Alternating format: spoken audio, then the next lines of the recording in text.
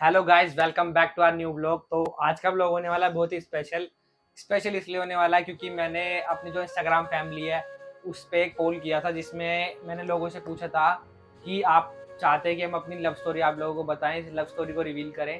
तो ये आप लोगों की डिमांड पर है। तो आज हम करने वाले अपनी लव स्टोरी रिवील कि किस तरीके से इन्होंने मुझे पटाया और हम दोनों की शादी हो गई। मैंने नहीं पटाया, तुमने मुझे पटाया है। पीछे तो तुम ही आई थी ना।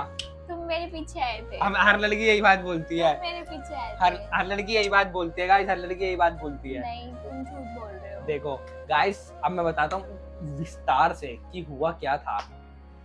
हुआ ये कि गाइस आज से करीब करीब कोई 9 साल पहले, 9 या 10 साल हुए होंगे अप्रोक्स ना, जब हम मिले थे। नहीं, 8 मान लो, हाँ 8 साल पहले ये था कि मैं अपनी स्कूलिंग करके गर्मियों की छुट्टियां मना रहा था। सोचो स्कूलिंग टाइम, और तू थोड़ी सी ना बड़ी है मेरे से, तो झूठ मत बोलो। तो ये अपने एक फ्रेंड के साथ, हमारा एक्चुअल में एक मंदिर है घर का, उसमें लोग आते जाते हैं। तो कहते हैं ना सिस्टर की फ्रेंड एंड देन उसकी फ्रेंड, तो इस तरीके से किसी के साथ में आई थी। तो उन दिनों मुझे बड़ा शौक था कि मैं म्यूजिक के अंदर अपना लगा हुआ था। हमारा एक म्यूजिक स्टूडियो भी है जिसमें हम म्यूजिक कंपोज करते हैं। वो भी मैं किसी दिन आपको टूर कराऊंगा और दिखाऊंगा हमारा म्यूजिक स्टूडियो कैसा है। तो बेसिकली मैं वहाँ बैठ के गिटार बजा रहा था और मुझे ना कहते हैं गर्मियों की छुट्टियों में थोड़ा सा बचपना था, उस टाइम यार छोटे थे, ज़्यादा बड़े नहीं थे। तो मैं गिटार बजा रहा था और जो मैं गिटार बजा रहा था ना, कच्चे में बैठ के बजा रहा था। तो मैं गिटार बजाते बजाते मेरी सिस्टर मेरे कमरे में आई और मेरे को बोली कि अरे आदि सुन, एक ना लड़की है बड़ी सुंदर है। मैं छोड़ना, अपने को पसंद नहीं है। अपन रहते हैं सख्ती से, अपन ऐसे पिघलते नहीं है। तो ये ऊपर बैठी हुई थी मम्मा के साथ में और सिस्टर्स वगैरह बैठी हुई थी ना। तो ये लोग फोटोज वगैरह देख रहे थे, स्वैप कर रहे थे। फोटोज स्वैप करते करते करते करते इन्होंने मेरी एक फोटो देखी जो कि हैट के अंदर थी। मैंने हैट पहना हुआ था उसमें। तो इन्होंने सिस्टर से पूछा कि ये कौन है। इन्हें लगा कि शायद वो कोई उनका फ्रेंड वगैरह होगा, तो उन्होंने बोला कि मेरा ब्रदर है। तो कहने लगी कहाँ, ये दिखाई नहीं दे रहे घर में। अपना पर्सनल रूम मेरा नीचे वाले फ्लोर पर था, अब तो हम फिर भी शिफ्ट हो गए हैं ऊपर वाले फ्लोर पे दोनों, जब से हमारी मैरिज हुई है। तो मैं नीचे अकेला था। तो जैसा मैंने अभी आपको बताया कि सिस्टर आई थी, तो इन्होंने कहा कि मुझे उनसे एक बार मिलना है। तो मैंने नहीं कहा, तुम झूठ बोल रहे हो। मैं बताती हूँ। मैं ऊपर आई थी तो दीदी ने मुझे बोला कि आओ मैं तुम्हें छोटे भाई से मिलवाती हूँ। तो हम नीचे गए, फिर मैंने देखा इनको। फिर मैंने कहा हाँ लड़का तो स्मार्ट है, वो गर्लफ्रेंड होगी। तो फिर मैं चली गई वापस। तारीफ कर दिया है। तुम मेरे पीछे आए थे। इनडायरेक्ट वे में तारीफ कर दिया। गाइस पहले तो मैं बिल्कुल पीछे नहीं गया था। तुम मेरे पीछे आए थे, तो खुद बताई थी कि मैं रिक्शे में पीछे पीछे आया था। चलो ठीक है, मैंने मान लिया, मैं गया था पीछे पीछे। हाँ। लेकिन मुझे मिली नहीं थी। अब सच बता ही देता हूँ, ये मुझे मिली नहीं थी। और हुआ ये था कि एक्सपेक्टेड ये था कि मेरी सिस्टर ने मुझे बताया कि नेक्स्ट डे भी आने वाली है। तो मैं अपने सारे काम कंप्लीट करके छोड़ के एंड मोमेंट में मेरा एक फ्रेंड मुझे लेके अपने साथ गया हुआ था और बारिश आ रही थी। तो मेरे को कॉल आया सिस्टर का, सुन वो आ चुकी है। मैं जल्दी चलो, गाड़ी स्टार्ट कर। तो हुआ ये कि मेरे को इतनी ज़्यादा जल्दी हो गई थी कि ट्रैफिक में कुछ बात हो गई थी, गाड़ी में थोड़ा सा हल्का सा लग गया था। तो मैं उसको छोड़ के भी अकेला वहाँ से काफ़ी दूर से मैं अपने घर आया बारिश में भागता हुआ, सिर्फ मैडम के लिए। और हुआ ये कि ये घर पर थी और घर पे भैया भाभी थे, सिस्टर थी, और मैंने इनसे बात करी।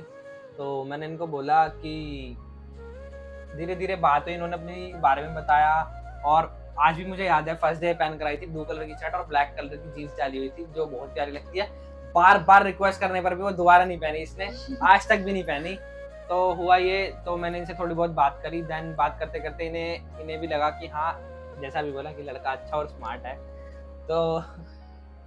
तो हुआ ये कि इन्होंने मेरे से कहा आप मुझे अपना नंबर दे दो। मैंने इनको अपना नंबर दिया। देन झूठ मत बोलो, आपने मुझे कहा था आप मुझे अपने नंबर दे दो। मैंने कहा मेरे पास फोन नहीं है। तो दोबारा आपने फिर तो कहा था ना कि पेपर पे दोनों नंबर लिख के दे दो। तब मैंने कहा था, मैंने कहा बोला था। था कि मेरे पास फोन नहीं है। तब मैंने नहीं था, कहा तो था कि इन्होंने- आप अपने दे दो। हाँ, इन्होंने मेरा नंबर लिख लिया। देन उसके बाद एक दिन मैं स्कूल गया हुआ था, उस टाइम मेरी शायद 11th क्लास की बात थी।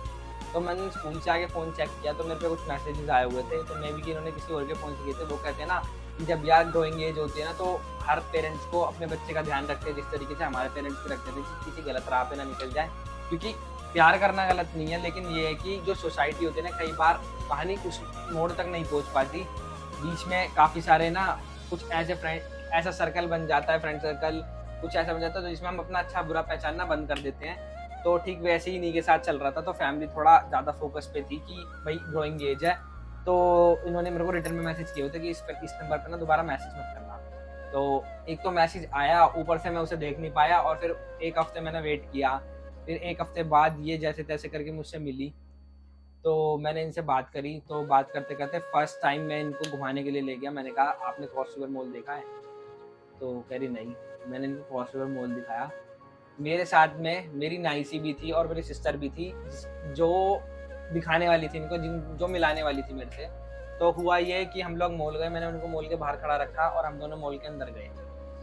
हम मॉल के अंदर नॉर्मली जैसे लोग जाते हैं वैसे गए थे, लेकिन हम मॉल के अंदर से जब आए थे ना तो हम ऐसे आए थे। तो मेरी सिस्टर भी शॉक्ड हो गई, ये क्या हुआ? मतलब उसको हमने अप्रोक्स 3 घंटे, 3.5 घंटे, 3-3.5 घंटे वो बेचारी धूप में खड़ी रही। और जब हम लोग बाहर निकले, वो ये चिलचिलाती हुई गरम जैसे बम की तरह फट जाएगी। और हुआ भी यही कि चिल्लाना शुरू कर दिया उसने लिटरली, अरे तुम्हें ये नहीं है, तुम्हें वो नहीं है, फलाना ठिकाना। मैंने कहा यार कोई बात नहीं, सुन लो, फायदा तो हुआ है।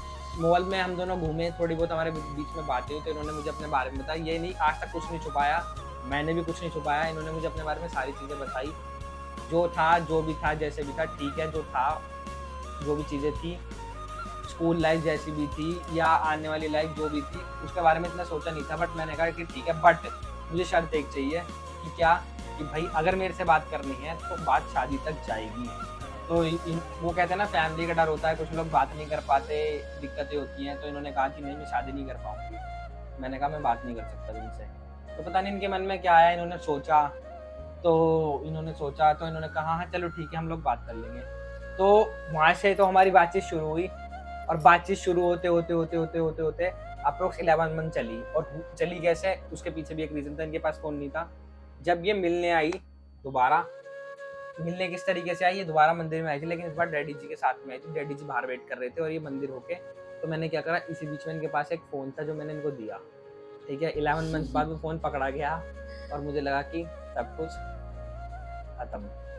तो बड़ा अजीब लगा, क्योंकि यार जिस इंसान को तुम चाहते हो कि वो तुम्हारे साथ आगे तक जाए, और बीच में अगर ऐसा कुछ भी लगे कि नहीं होगा, तो बेसिकली चीज़ क्या थी, इन्होंने मुझे हमेशा से बताया कि डैडी से बहुत डर लगता था।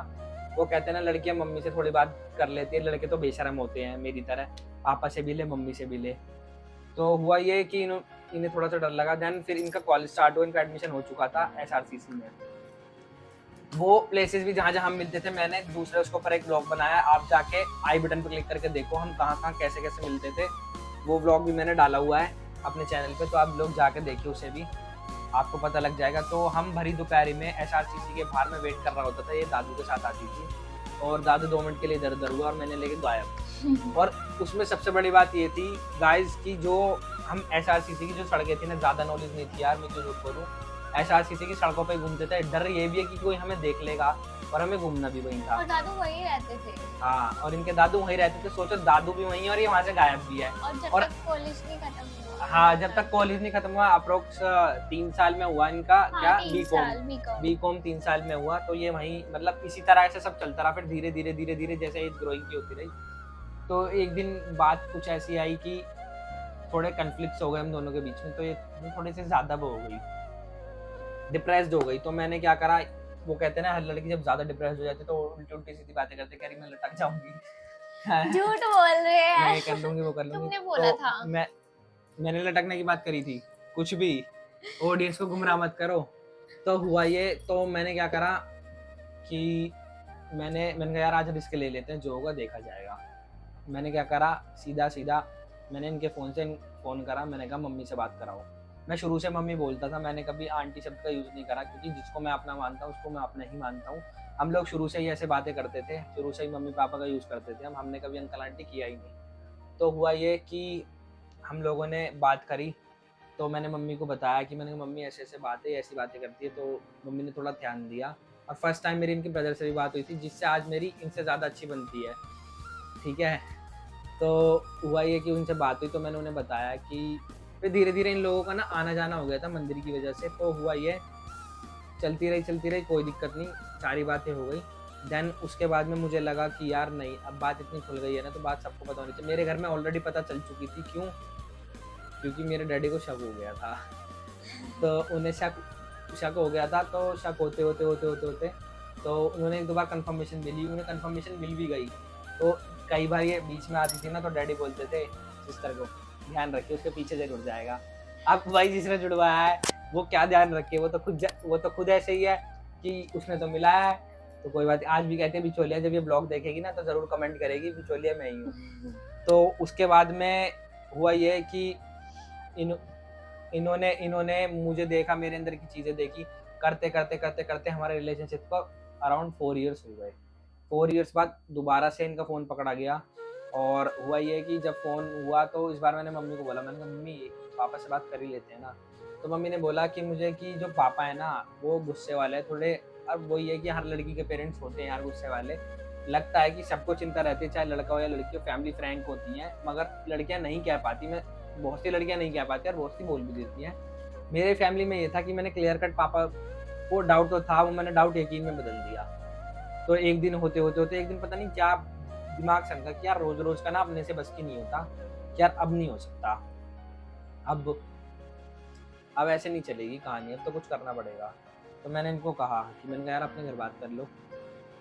इन्होंने बहुत टाइम तक ये टालती रही, कर लूँगी, ठीक है बता दूँगी, हाँ बात हो जाएगी, हाँ हो जाएगा, हाँ ये हो जाएगा, हाँ वो हो जाएगा।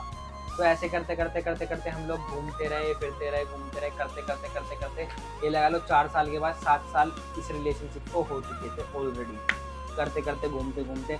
और हुआ क्या कि हम लोगों ने ना, पता है हम लोगों ने, हमारे अंदर बीच में एक कोऑर्डिनेशन अच्छा रहा है ये, कि कभी ना हमने तुम्हारा और मेरा नहीं करा शुरू से। जो मेरे को नहीं पता लिटरली कपल्स के बीच में ये चीज़ होती है या नहीं होती, बट हमारे बीच में कभी नहीं हुआ ऐसे तुम्हारा और मेरा। ना कभी ये हुआ कि तुम्हारा बर्थडे है तुमने मुझे ये नहीं दिया, या मेरा बर्थडे है तुमने मुझे वो नहीं दिया।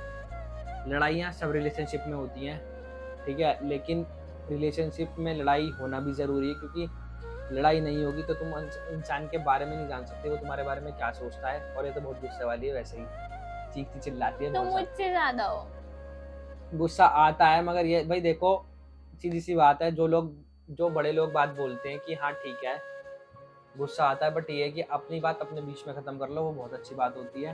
तो ऐसे करते करते करते करते टाइम निकल गया, और फिर हम लोग धीरे धीरे बाहर निकलने लगे। फिर हमारी शॉपिंग होती थी, ज़्यादातर हम शॉपिंग वगैरह के लिए जाते थे, मूवी वगैरह जाते थे। तो फिर हुआ ये कि सारा इसी में सुन लोगे, कुछ अगले के लिए भी छोड़ दो, बहुत ज़्यादा लंबा नहीं हो गया,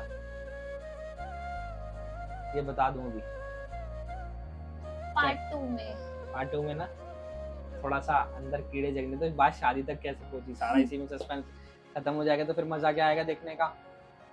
सही बोला ना मैंने? तो गाइस इस ब्लॉग को करते हैं यहीं पर एंड। और शादी के लिए हमने क्या करा, कैसे हम लोग ने शादी के लिए फैमिली को मनाया, क्या बातें हुई क्या बातें नहीं हुई, ये बताएंगे हम आपको अगले ब्लॉग में। तो अगला ब्लॉग भी आपको जल्दी मिलेगा, तो मिलते हैं आपसे नेक्स्ट ब्लॉग में।